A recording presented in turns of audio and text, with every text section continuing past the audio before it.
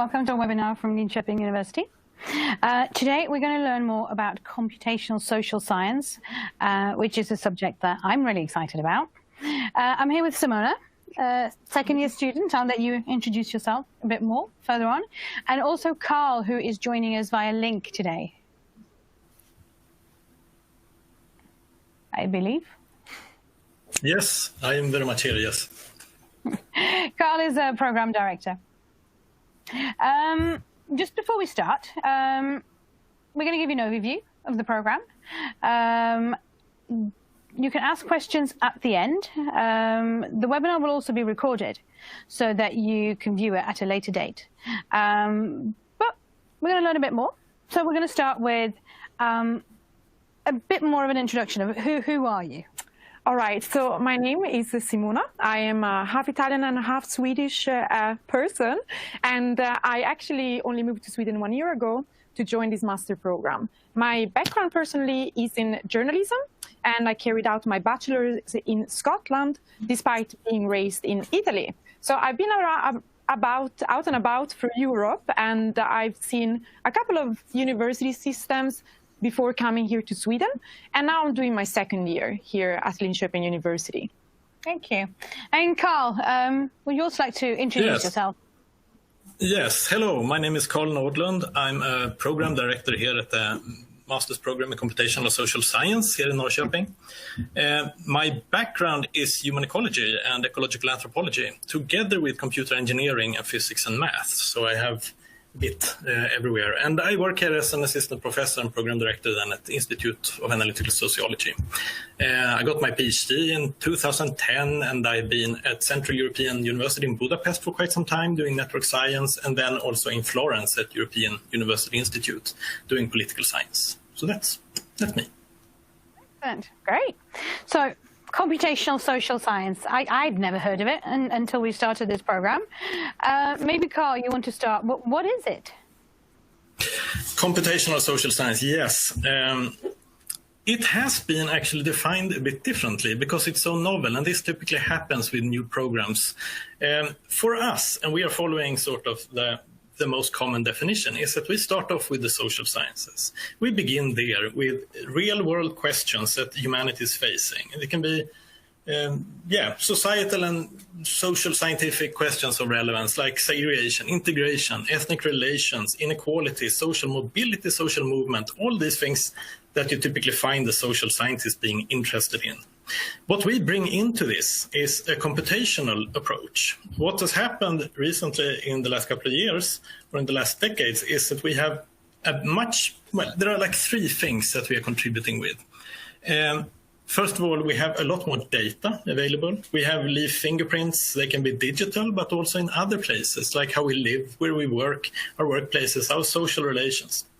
Then these large data troves are not always so suitable for addressing the conventional methods. And this is where we add the computational aspect to it. We teach methods that allow ourselves to dig into these complex data and address them for what they are. Instead of trying to reduce it, we bring in more. And we're also trying to understand the fundamental mechanisms, the inner workings of social systems. They can be economic, behavior, and so forth. But worth pointing out is that this is indeed a social scientific program. So our ambition is, of course, to create students that will become good at addressing real-world questions. And yeah, I think to paraphrase Immanuel Wallerstein, that conceptions precede and govern measurements. They should be real-world questions that we address, and this is what we really try to emphasize in this program. Okay. And Simona, what attracted you to the program? Well, my personal attraction to the program was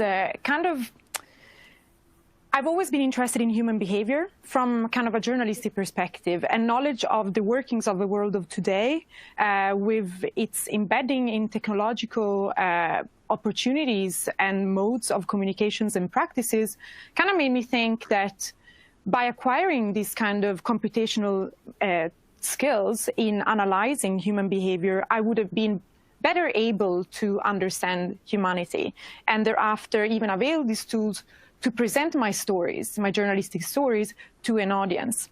Now, that is my case, and I actually think what's really interesting about our program is that people come to it with a wide array of interests and desire to apply themselves in various ways after the program. And I think one crucial thing that Carl said is that this is a human behavior center program. It's about social science. But social science, it's a kind of a wide definition in itself. So we kind of like analyze things that maybe have kind of an economics perspective or political science. So it's quite broad, but it's human-centered. Okay. So what kind of, the aim of the program is to produce, what kind of graduates do you end up with? I mean, what questions, what I'm trying to get into is what kind of questions, today's questions, is this program aiming at solving? So I'll try to give it a guess, and Carl can maybe add after myself. What I would say are the type of questions that we look at is how do people form their opinions? So how we look at opinion dynamics, but then we also look at segregation. How does segregation happen? Why do people become segregated? What are the things that generate these kind of large-scale observable phenomena that take place in the real world that we see anywhere, like inequality even, poverty, and so forth. And the crucial part of it is that nowadays, unlike before, we have novel methods and novel tools to analyze human behavior that can give us further insights into these complex phenomena that have always existed, but until now we couldn't analyze in this way.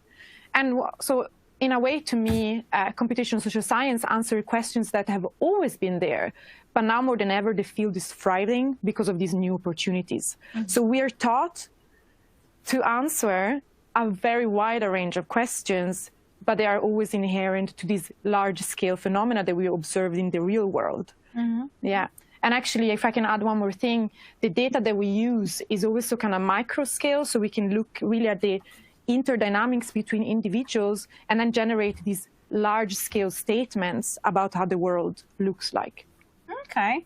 Carl, what was your take on Simona's input? I think it's a fantastic representation of what she just said about the program. This very much encapsulates what we are striving to achieve in this program. And I think, or the ambition is always that we will create scholars that then can engage in the world, whether it is, in one case, maybe through journalism, but it can also be policy making, it can be through governance, it can be even corporations or further research and so forth, but to engage in real questions that are out there, and it's always been out there, and not just contemporary society, but also historical society. Of course, we have a lot of data, historical data, like texts from further back that we now can sort of revisit with these methods. And I think one crucial aspect when we say that and emphasize that this is a social science program is that it's very easy to be quite charmed by all these fantastic capabilities and computational power we have. But if it isn't properly linked actually to the things we want to understand about society, then it becomes a bit maybe not perfect at actually addressing the question. Then it becomes more like a methodological showcase or something. And we are really trying hard to teach our students and we are very much succeeding in this too, to start off with the real societal issues that we face. And we have mentioned a couple of these classical social scientific issues. And also end up there at the end, to contribute something new and to keep the complexity without reducing our data and reducing and making theory-driven or grand statements, but actually going into the data and produce something novel to address an existing question. Excellent. Sounds really exciting. What about the structure of the program? Because it's a 2-year program, like all our master's programs. What kind of courses are included in the program? Do you want to continue, Carl? Yes, absolutely. It's a 2-year program, as we said, and it starts off with I can first say that our students come from a very different background, as we already mentioned. So I would say that the first semester is about bringing students into up to speed, sort of on the basics. And when I say this, I mean both the social scientific aspects, the fundamental principles of social science, so that our engineers and our physicists that come from these backgrounds or humanities, that they can understand this, how we typically ask questions, the research design, approaches of doing social science to understand things about society. And in parallel with this, in the first term, we also we teach our students statistics and data science, 2 courses, introductory courses.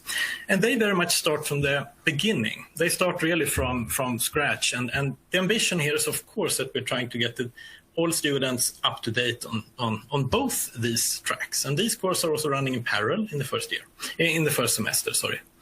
And this is nice because people have different backgrounds, so they might find that the social scientific courses are quite easy and the statistics and coding might be difficult, or the other way around. So it's quite easy for the students to balance the load sort of between these two.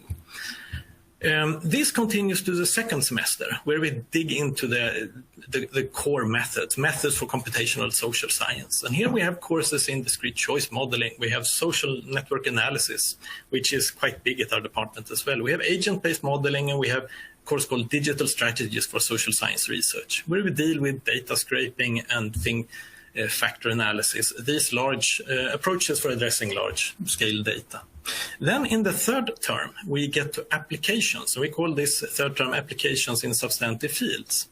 And here our department and the program offers 4 courses. And they are in turn inequality and segregation, big data, social processes and ethical issues in another one. And the third one is about cultural markets. And the fourth one is about the study of organizations.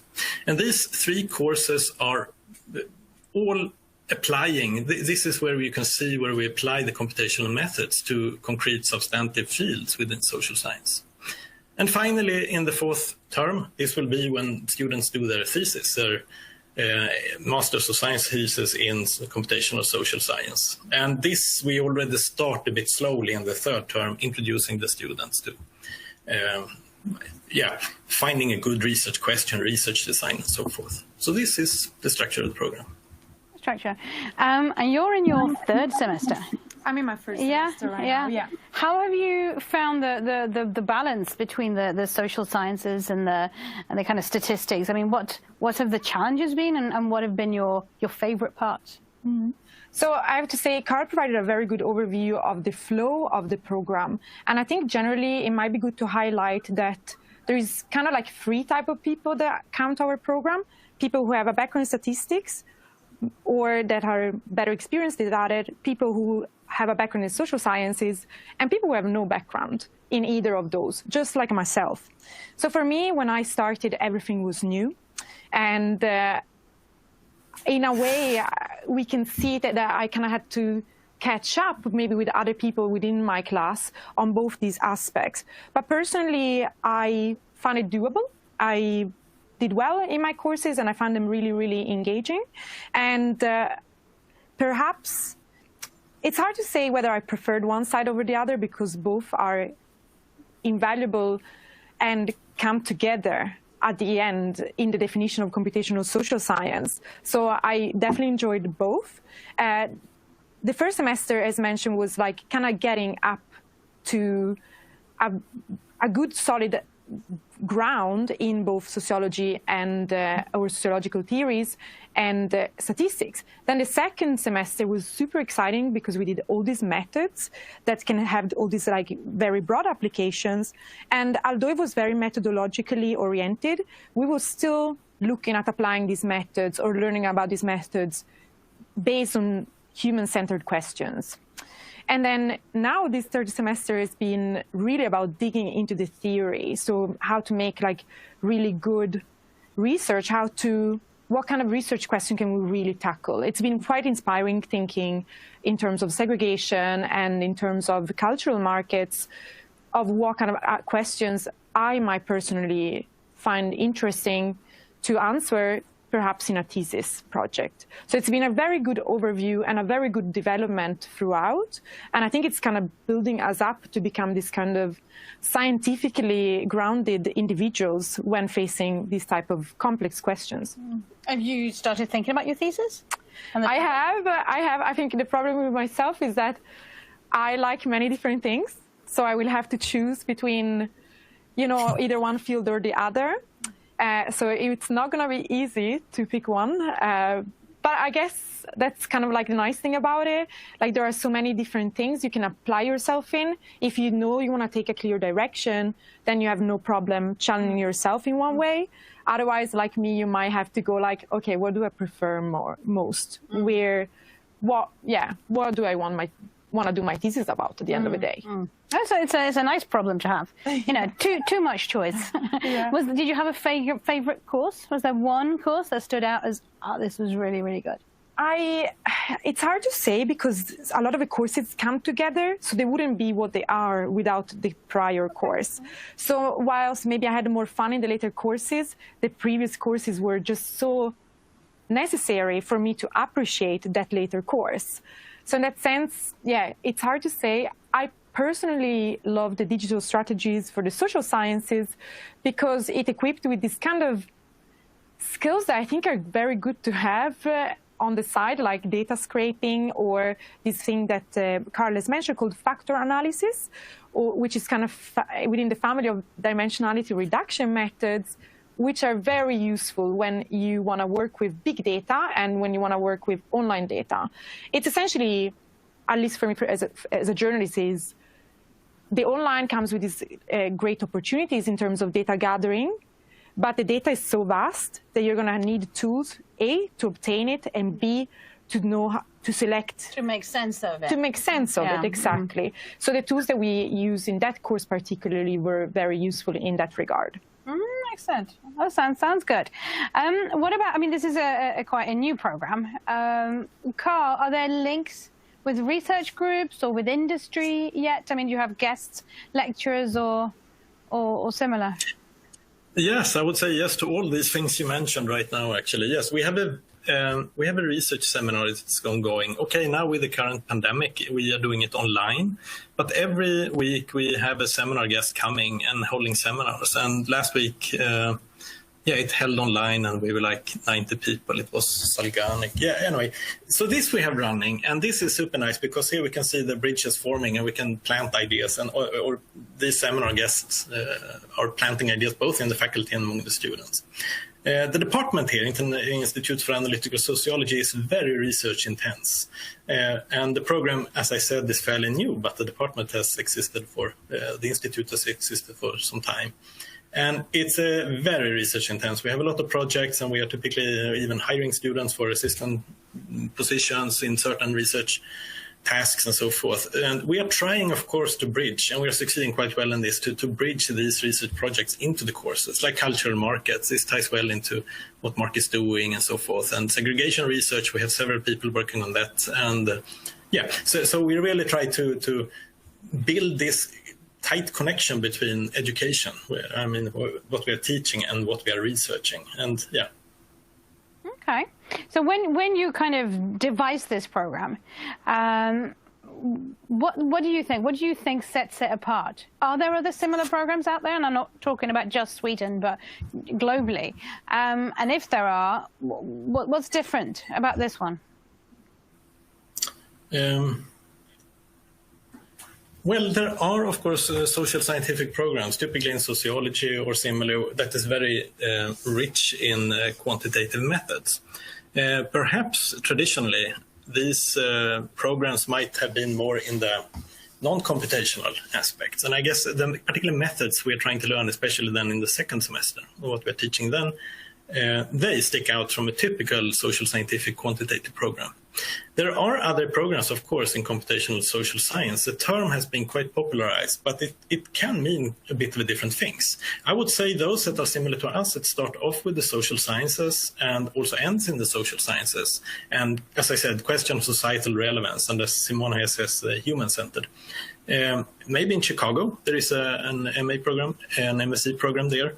In Dublin, UCD, there is also one, and we are connections with those in Dublin, and they come here, and one of the lecturers has been affiliated with us, or still am actually, and so forth. So we are trying to, or we're not trying, we are having really good connection of networks here with different international departments and so forth. That's great. That's really, really good to hear that you kind of get, you're building an international network around this topic. We've talked a bit about the schedule and what it looks like. What about the workload? I mean, do you have mainly a lot of seminars? Do you have face-to-face sessions? Or obviously it's Corona times, so it's been different. But the idea of the program, and you probably remember at least one semester before. Yeah, well, actually, the structure of how the courses are run has changed between the first year and the second year. In the first year, we were running 4 courses per semester, 2 in parallel. So we were doing 2 courses for 2 months, for a duration of 2 months, parallel to each other. So you do 2 courses, and then you do 2 courses. And then in the second semester was the same, 2 courses and 2 courses. This year, instead, the courses for the third semester work that you do 1 at a time for the duration of 1 month. So you do 1, 1, 1, and 1. So in that sense, the workload has kind of changed, like the way that you have to adjust yourself to, divide your time between the subjects has been different between the first year and now. However, I wouldn't say that has substantially affected how much time I spend digging into the material for the program and studying the methods and carrying out my projects and so forth. It's a full-time program, and at least for me, not having any prior background into these 2 fields, it did mean that 40 hours was essentially what I was spending looking into the things that I had to study. At the same time, though, I wouldn't say that it felt very overwhelming or that it felt not manageable. I think the workload was fitting quite well in that sense within the expectations of the program. And I suppose if it's interesting, if it's something that catches your mind, yeah, exactly, then it wouldn't feel like such a hardship. Yeah, I would definitely say that is the case. Yeah. And do you tend to work in groups? I mean, the kind of group work is a very Swedish thing. It's a very Swedish thing, but in a way, I felt throughout the first year we had this we were carrying out a lot of individual projects.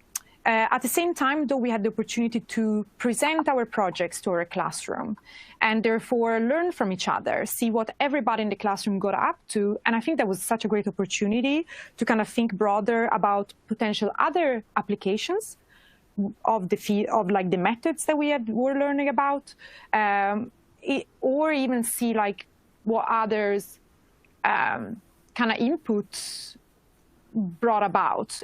It was just it was a way to learn from each other in that sense.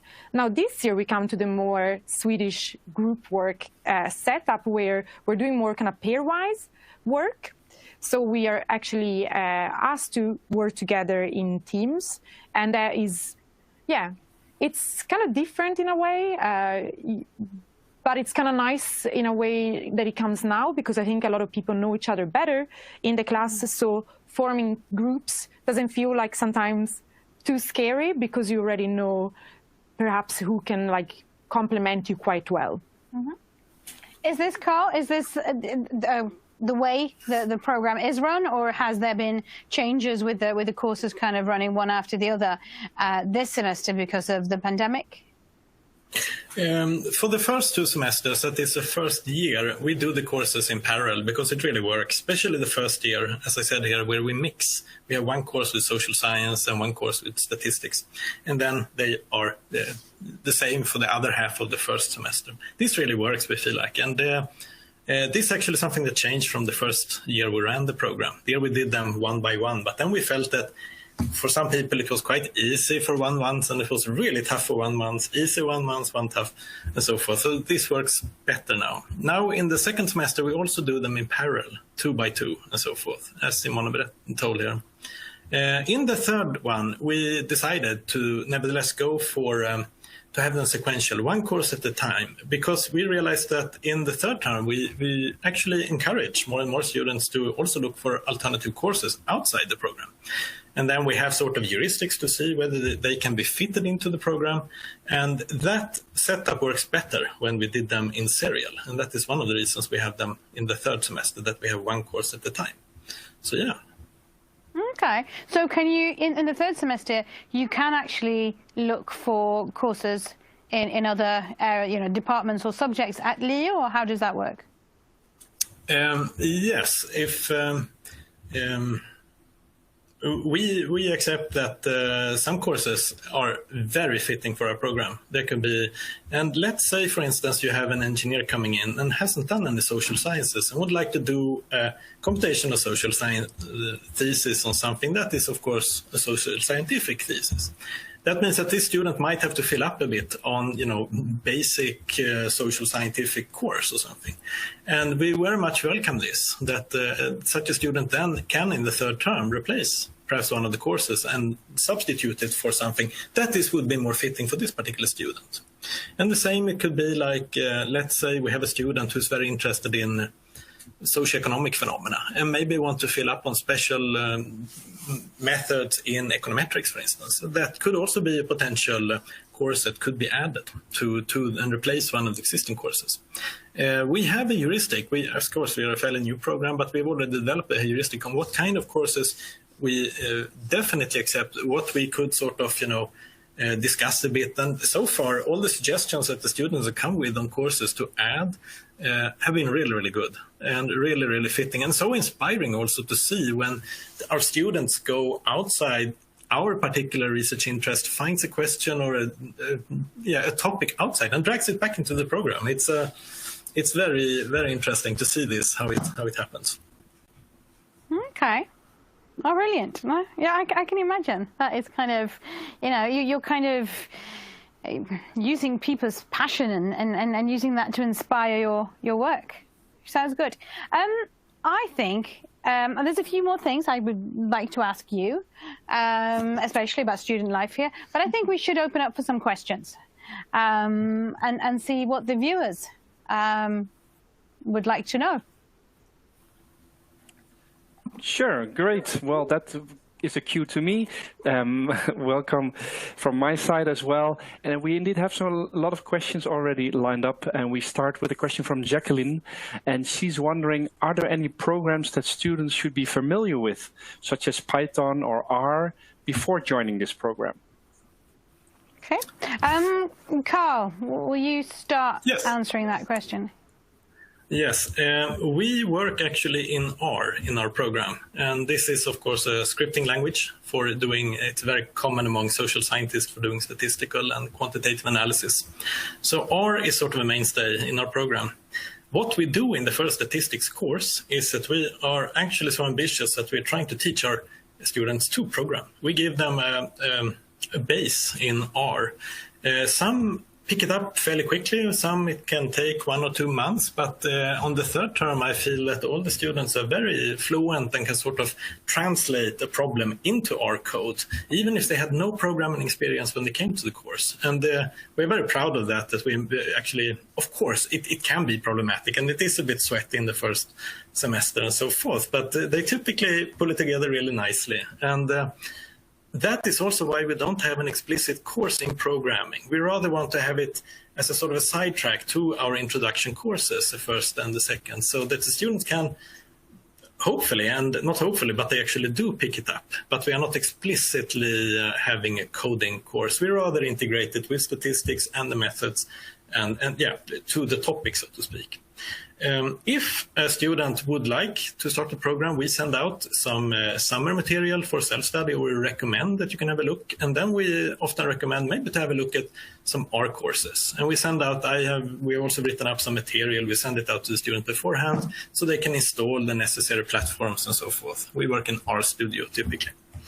We also have, where we are planning now to have a workshop in Python to introduce our students to this. Because with programming, if you learn one language, it's quite easy to migrate later on to another language. But for all intents and purposes, what we find in R is all we actually need in this program. The other methods are quite...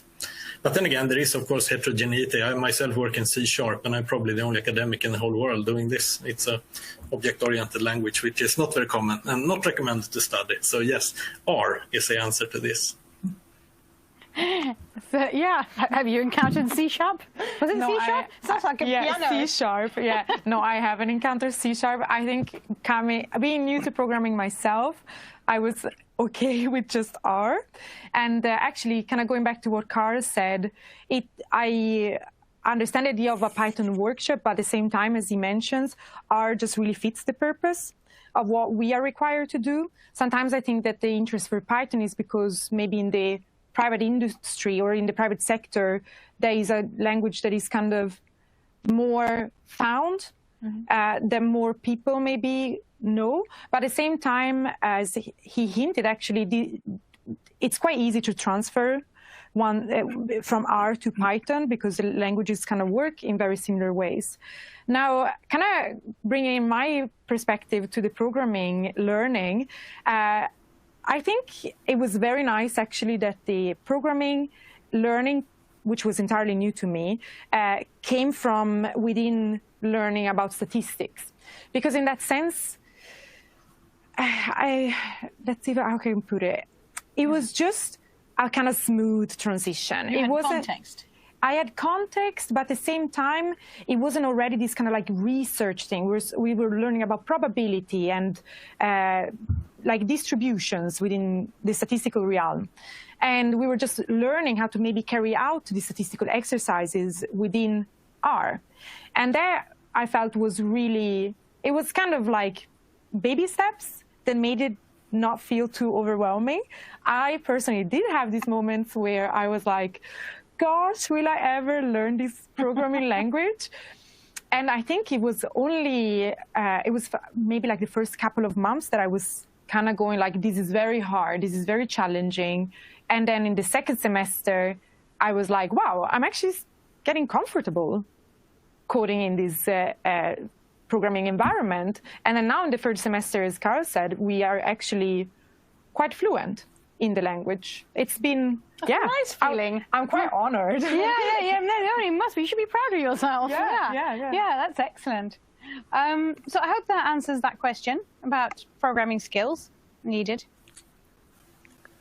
Great, I hope so too. Otherwise, we'll be glad to hear back about that. Another question from Apeshka, if I say that correctly. He has a BSc in Information Systems, a 3-year degree, and it's not an honors program, but it consists of 180 ECTS. And he would like to know if he's eligible to apply for this program. Carl? Yes, certainly is. And it's an interesting background, absolutely. This is, well, I think all backgrounds are interesting for our program, to be honest.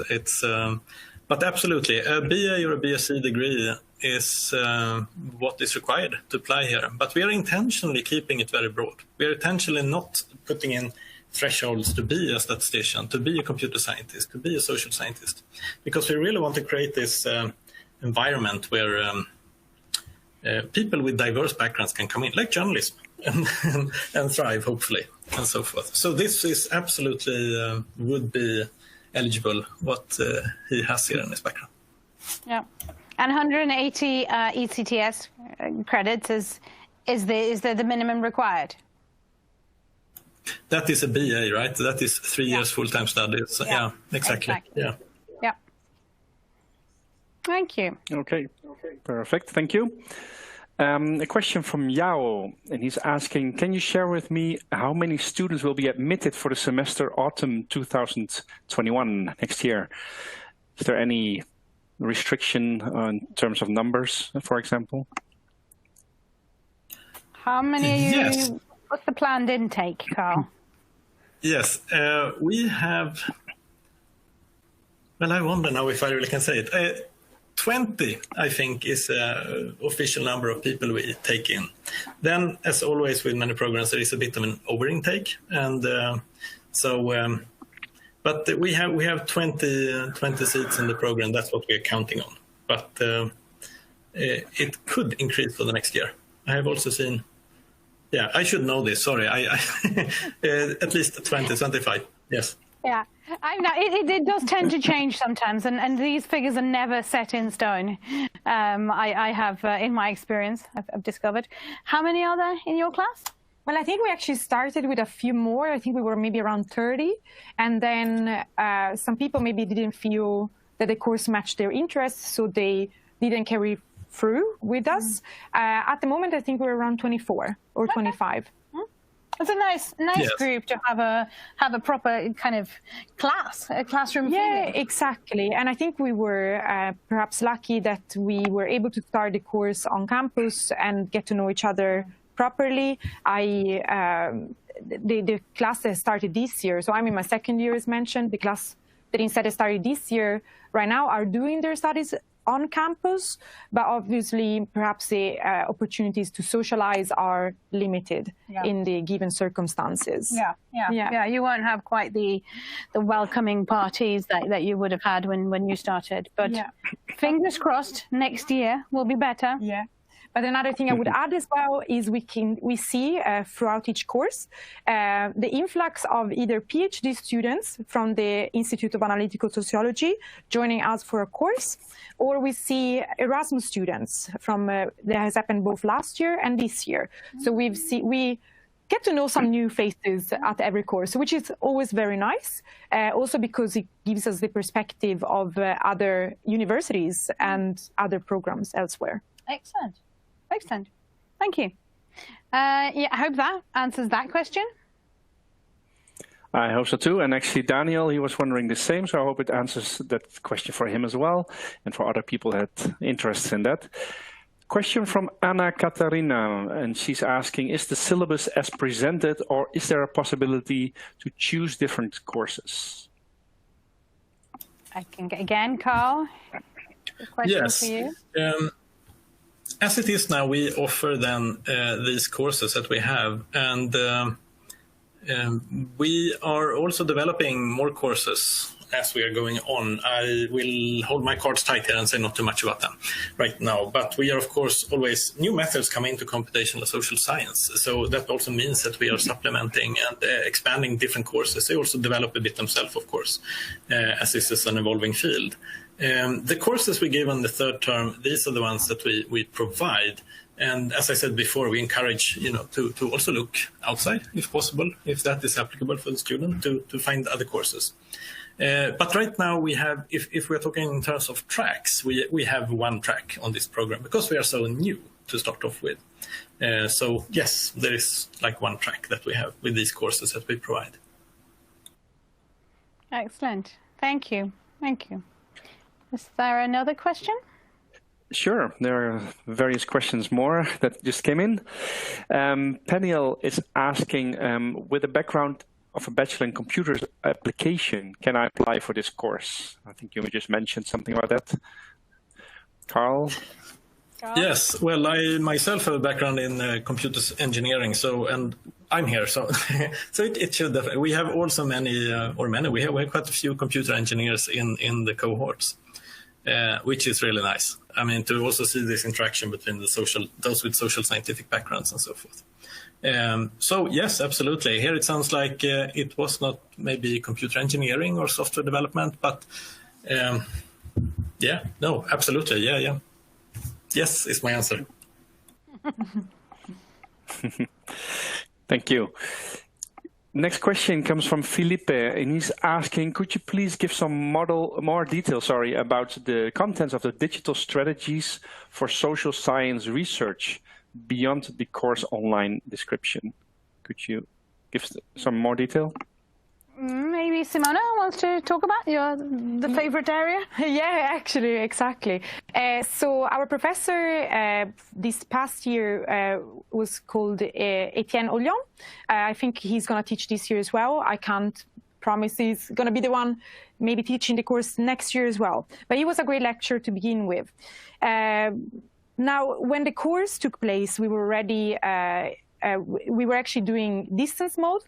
So that meant that we were not showing up to campus anymore. All our lectures and labs took place online via Zoom from our own bedrooms, essentially. Now, the way the course was structured was like this. We had two projects. The first project was about developing a web scraper, and you had the freedom to choose what to scrape. We were taught skills in web scraping for the duration of 1 week. And then we had, I think it was like a week and a half or like 2 weeks to carry out a web scraping project. I personally scraped Wikipedia's anti-war songs, and then I did a data exploration of various themes within that field. And then the second part of the course was all about this thing that I mentioned before called dimensionality reduction, about narrowing the scope of your very large data. And we were therefore taught various techniques like clustering, factor analysis, principal component analysis. And then we were given 2 data sets by the professor, and then we could choose as kind of research question that was kind of based on the data set that we were given. And then we performed a dimensionality reduction oriented analysis upon the data set. So that's how it worked, yeah. Okay. Well, I hope that gave you the information you were looking for. I hope so too. Thank you. And another question from Kirill is saying, first of all, thank you, Simona and Carl, for this great webinar. I would like to know if there are any internships available, for example, maybe during the 3rd semester. Is there something you can say about that? Carl, do you have any input? Yes. Right now, we don't have an internship course ourselves, but we do have some activities going on in this field, absolutely. We have, for instance, one student who is now doing an internship by distance in Utrecht in a research group. This is something that is also on the agenda for introducing more courses. And this will, of course, mean that you can participate maybe partly in a research project and doing something for as part of our research projects that are ongoing here in exchange for credits. So this is in the pipeline, but we haven't yet introduced it. But for the incoming cohort of autumn 2021, it should definitely be available for future students to have it. But it's not in place yet, I have to say. We have prepared everything, but it's still in the final, working with the syllabus and so forth, the admin parts. If I may add something to that, I don't think we mentioned it today, but our program is relatively new. It has only existed for a couple of years. So there was only one class before my class, and now there is a new group coming in. So there have only been, in that sense, 3 generations. So I guess we're getting kind of established as well over time. Nonetheless, though, whilst internship have not been available, quite a few of my classmates have gotten research assistant opportunities with the IAS, which might not count as internship, but at the same time provide you with a very good, real world within academia applications of the things that we're learning. And you get to know also the lecturers better, which I guess it's quite of an advantage. Excellent. Thank you. Perfect. Thank you. Yes, indeed. And we have some more questions. So there's quite some interest and questions coming from the audience. Good to see. Celestina has a question. I would love to know if it's compulsory to have a CSS or advanced Excel skill before joining the program. Carl, again, I think it's a question for you. Yeah, I'm not sure I fully understand it. Advanced Excel skills, or is that it? So it's supposed to have a CSS or advanced Excel skills, yes. Advanced Excel skills, maybe they're talking about kind of programming within the macro function in Excel? Yeah, we seldom use Excel. Typically our data is too big and too complex, and our methods equally so. So I would say personally, I actually use Excel on some occasions as well in my own research. I think it's great for putting up tables and making them looking nice and so forth. But for actual analysis, we do our things in R and in other kinds of solutions and software in our code and so forth. But the student will, of course, learn everything about this when they enroll in the program, as Simona has mentioned. And in the first year, our vision is, of course, to teach long-term our students to be able to program in R. So, but then again, I would say that if you know how to do, for instance, macro programming in Excel or in any other language, that is always an advantage, because then you understand sort of scripting can be very, very good. And even other languages, coding languages, PHP, JavaScript, and so forth, can be very helpful for understanding how a script works, how to operationalize, how to go from an idea to code, and how to solve a problem with code. So, yeah, in that sense, I guess it is an advantage. Thank you. Luke? Great, thank you. Yes, indeed. Question from Gaia. For the application, would the GMAT be an important document to submit? The GMAT. I think I can answer that one. No, we don't base our admissions process on GMAT results. Carl, is that something you would like to see anyway as part of the specific requirements? I'm not certain what it is, to be honest. GMAT is it's a score. The admission is in Sweden. It's sort of separated from the program. It takes place among university admissions, which is a centralized organization. So I excuse my ignorance on this. That's fine. No, then I can answer it for you. Then no, the GMAT score is not taken into account. It's basically you have to have graduated, and then we do look at your kind of the score of your program, if there is a score, and that's part of the assessment, but not GMAT. Great, thank you. Hope that answered that question. The next question is from Bodan he's asking, what are the tuition fees of the program? And also, are there scholarship opportunities? And there were a couple of people asking for that as well. Could you elaborate on that? I can quickly say that the fees are only applicable to students from outside the EU. Because it's free for Swedish students, it also has to be free for European citizens.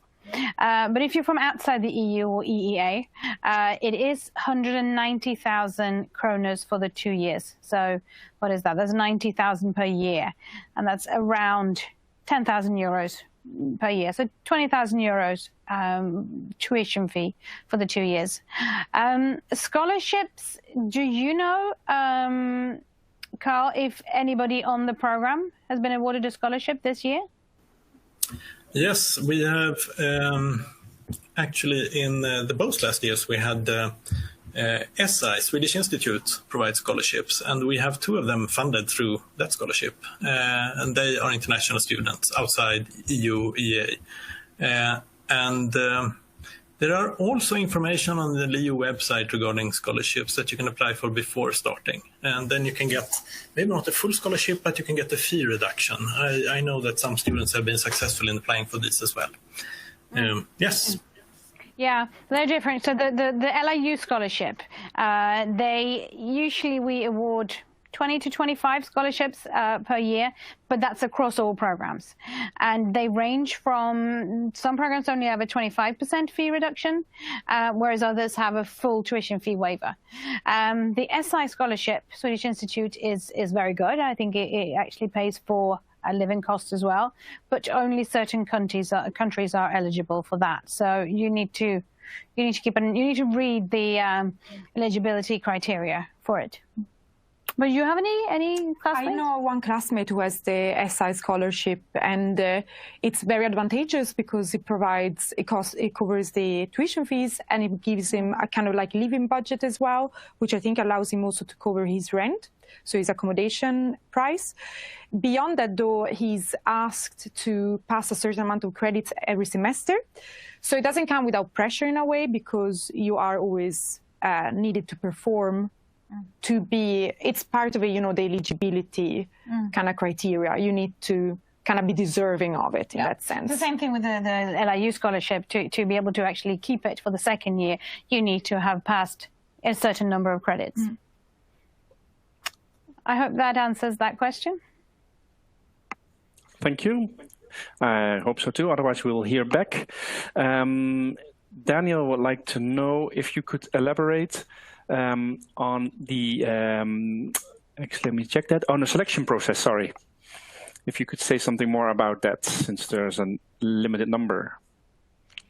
Selection process for the scholarship? course itself. So For the course no, itself. for being admitted. Yes. Yeah, I think that the basic ones I can talk about. I mean, the basic criteria is having passed having a degree in a relevant subject, which is very broad for this program. You also have to have proven English skills, and if you're not from a country where you've studied your program in English, like England or the US, you need to submit an IELTS or TOEFL test, and for IELTS it's 6.5. These are the kind of general requirements, and those are general requirements for all programs. Carl, are you aware of the specific requirements for this program? We have been talking about having it. How do you select? Sorry, how do you select the number, the students? What do you base your admittance on? As a relatively new program, we have so far admitted those that have applied, as I understand it from the numbers we got from the admissions office, which means that we have not yet set a threshold. We have not had the need to do it, or for filtering out and selecting and so forth. But as you say, I mean, this is, and it's worth remembering this and reiterating this with the language. It is an international program, so it's all courses and everything is in English. And it also involves reading a lot, of course, in the social scientific courses and so forth. So you need a good comprehension of English. This is... that is a key requirement for the program. Yes. Yeah, I think that's kind of, you know, we can't emphasize that enough, really.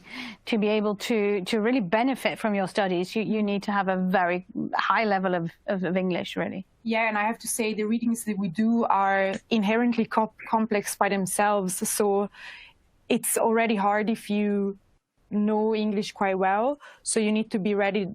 You need to be aware you're going to be reading texts that are, you know, terminologically wise, very challenging. And I think for a lot of people, that might be the most daunting task. A lot of people become new to academic reading and they find it quite heavy in terms of load. But at the same time, it's doable and it's quite fascinating. And I've actually seen even within my class, a good progression in terms of English skills. Okay. Now, I find some of the terminology that you're using, you know, the digital, what was it, the dimensional something? Dimensionality reduction. Exactly. You know, I think that's something that you learn, but you then need to have a good base to stand on to be able to also learn that level, the extra level of English. But I think in the future, when there are more applicants, which I'm sure there will be, then the criteria is based on your academic merit, really. So how you performed in your degree. Okay. Thank you very much. Another question from Sam. He's asking, could you give some key differences with data science? Can you say something about this program being... How different, some key elements of that?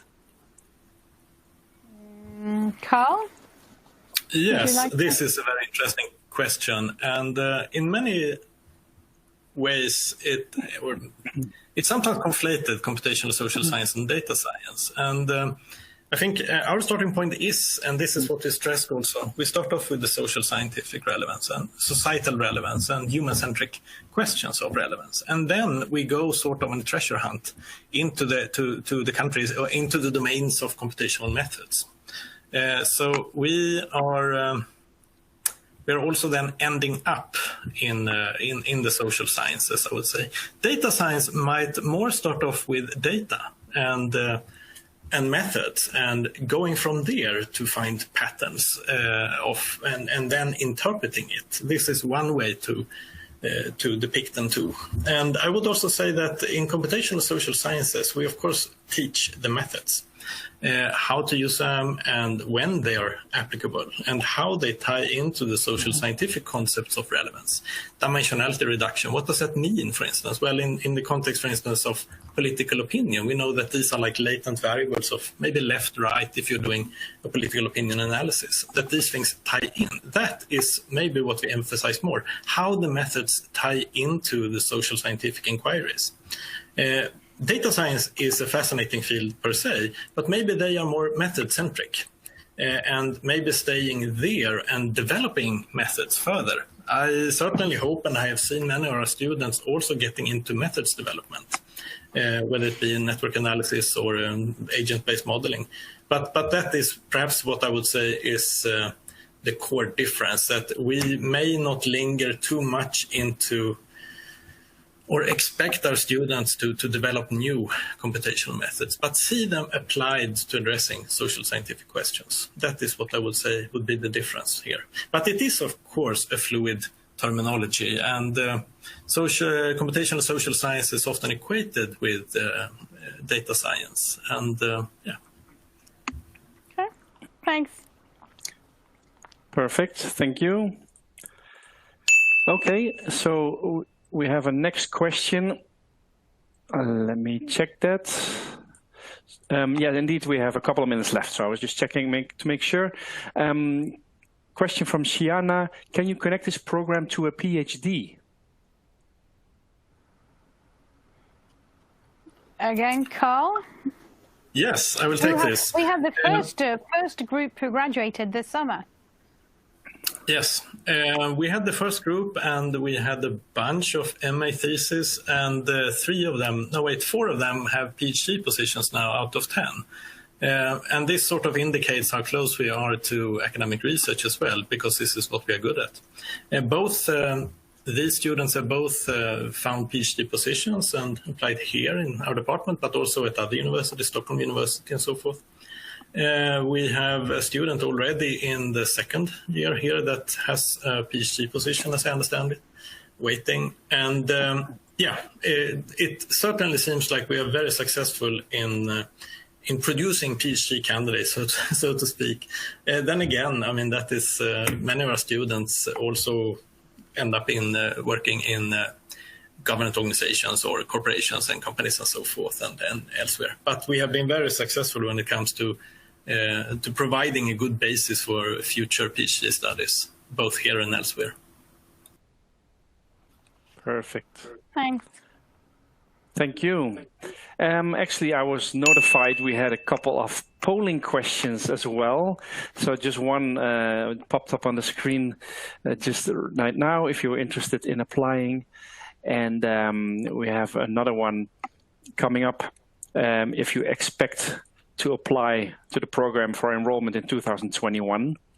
Thank you for answering that. So that should be popping up on your screen.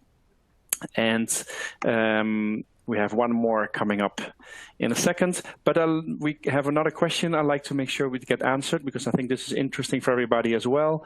Could you explain the career opportunities from this program? I think that's Carl again. You mentioned yes. 4 from the first group of graduates have ended up with PhD positions.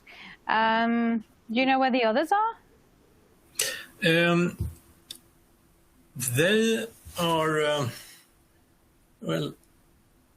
Actually, I think Simona might also know this, and where they ended up, because the communication and the connection between the cohorts are so good, socially speaking. I mean, you hang out on a personal basis with these ones.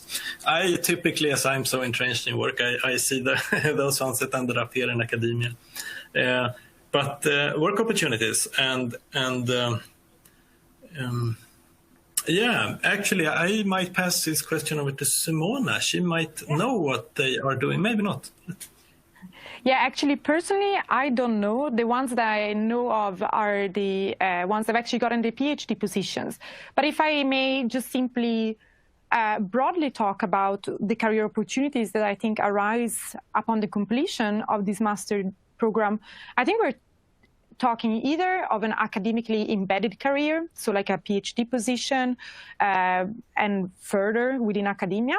The opportunities in that sense are great. And our program, as you guys have probably understood, is so kind of sociological research embedded. So it's for people who have that kind of interest, maybe compared to, as Carl mentioned, data scientists. Now, doesn't mean that you cannot move on towards the private sector. As I mentioned myself, I want to move towards journalism. In that sense, I think you're going to be fit for a career where these computational methods are used to analyze an aspect of society in somewhat way. So it could be marketing, it could be business analytics. We have some people in the class who are really into sports analytics, and sometimes sport analytics as well requires this kind of human-centric understanding. How does the interplay of coaches and a team affect the team's performance? So even within the private sector, there are a lot of people who are interested in things that we study. And we come with this very solid research foundation that makes us quite strong in building up our arguments. Mm-hmm. Mm-hmm. No, yeah, that's great. Did that answer the question? I certainly hope so, and otherwise do not hesitate to still drop your question. That actually is also for everybody else. If you have any questions left, do still feel free to write them in, although we are coming to the end of this session. The questions are captured, and they will be sent to the staff of Linkoping University. So they will have your questions, and I am also aware some might not have been answered. There were some more personal questions and statuses as well. So again, those questions are captured. Last polling question to the audience is on the screen. So if you're interested but do not expect to apply, why is that? If you would like to hear from you, any feedback. And to finish off this today's session, last question is coming from Christophe, if I say that right. How many hours of courses are there per week? Can you say something about this? Do you want to? How many hours? Yeah, I can try. I guess it depends on the courses. Some courses required more self-study. We had a course in the first semester called Behavioral Mechanisms in the Social Sciences. And that course essentially consisted in a very short series of lectures. And then we were literally on our own doing all the readings required to build our foundation in knowledge of behavioral mechanisms, and therefore it was a lot of solo work. But if I were to describe a kind of average picture, if I was to make an average picture of what our structure looks like, then we usually have a couple of hours of lectures a week. Then we have a seminar where we discuss readings, or depending on the course, we might have a lab where we're taught how to do the things that we learn theoretically in the RStudio environment. And then you have reading. You always have time allocated to do your home readings, which are required from one lecture to the next. And then usually towards the end of a course, you have not so much workload because you're asked instead to work on your independent individual project. Okay, excellent. So would you say it's 50-50s, or is it less emphasis on lectures and kind of in-person teaching, and you spend the majority of the time? I would say the majority of the time, if we think of it in terms of 40 hours a week, we can say that it's probably 2 hours of lectures and then maybe 2 hours lab and 1 hour seminar. So that covers 5 hours, and then the rest it would be self-studying. Carrying out perhaps small coding exercises that you submit on a weekly basis, or providing seminar answers that you also might have to submit, and then reading. Okay, so it requires quite a lot of self-discipline. Yes, yeah, it does. Yeah, definitely. There's one thing that we haven't really touched upon, and I just want quickly before we go. student life. I mean, you know, being here. What is it? What's it like? You live in Norrköping, and right. we have campuses. We have in Norrköping and Linköping, and you're in Norrköping. That's right. We haven't said that at all, but Linkoping University is mainly based in Linköping, but our program is actually based in the sister city of Norrköping, which is well connected with Linköping. We have a bus service that gets us back and forth between Norrköping and Linköping if we want to come over here in Linköping. But otherwise, we are purely based in Norrköping. Norrköping is a quite small city. We call it a medium-sized town. It has, I think, around 80,000 people. So it's quite small, but nonetheless, it's really pretty. It's known for its so-called industrial landscape, which is very particular, and I won't go into the details, but you guys can Google about and see what it's like. So it's not a mega big place that kind of distracts you from the studies in that sense. You're going to be able to kind of like be immersed in your degree, which I thought personally was quite nice, not having like the distraction of this urban bubble. Student life is quite tranquil in Norrköping, but you can always join activities here in Linköping if you want to. Nonetheless, traditions and societies exist at the Norrköping level as well. I think we have a bunch of very enthusiastic Swedish students loving the kind of like Swedish university system and traditions. So we kind of tag along. We're also quite busy as master students. So I think we're kind of past the partying and so forth. And obviously coronavirus has kind of down that a little bit. But nonetheless, there are things that you can join. I personally have joined sports clubs. That's where my interest lies. Or I know that some classmates are involved with movie associations. Or another thing that I did actually was working as a volunteer at a student cafe. So it's a great way to get to know people, and it's a great way to also get immersed in the Swedish with the Swedish culture. And other Swedish students beyond the class. Thank you. I might have a comment there as well regarding Norrköping. I came here then from Florence and from Budapest, and I guess these are towns that are regarded as very pretty and very nice. Yeah, sure they are. But I have only lived here for 3 years approximately soon. And it's so cozy. It's amazingly nice how Norrköping is. It's like a little Venice, and the streets, the cafes, the atmosphere. I think it's splendid. I mean, I like Budapest, I like Florence, but Norrköping is just magic for working and researching here. And I think it's really nice to be in this town. And yeah. Brilliant. Sounds like you found your place on earth, your home.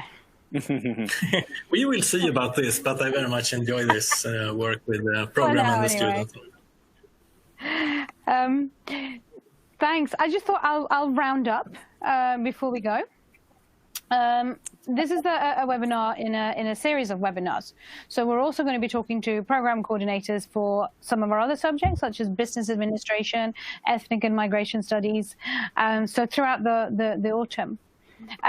But if you want more information about the program, about what we've talked about, the admissions, application process, you go to liu.se/education.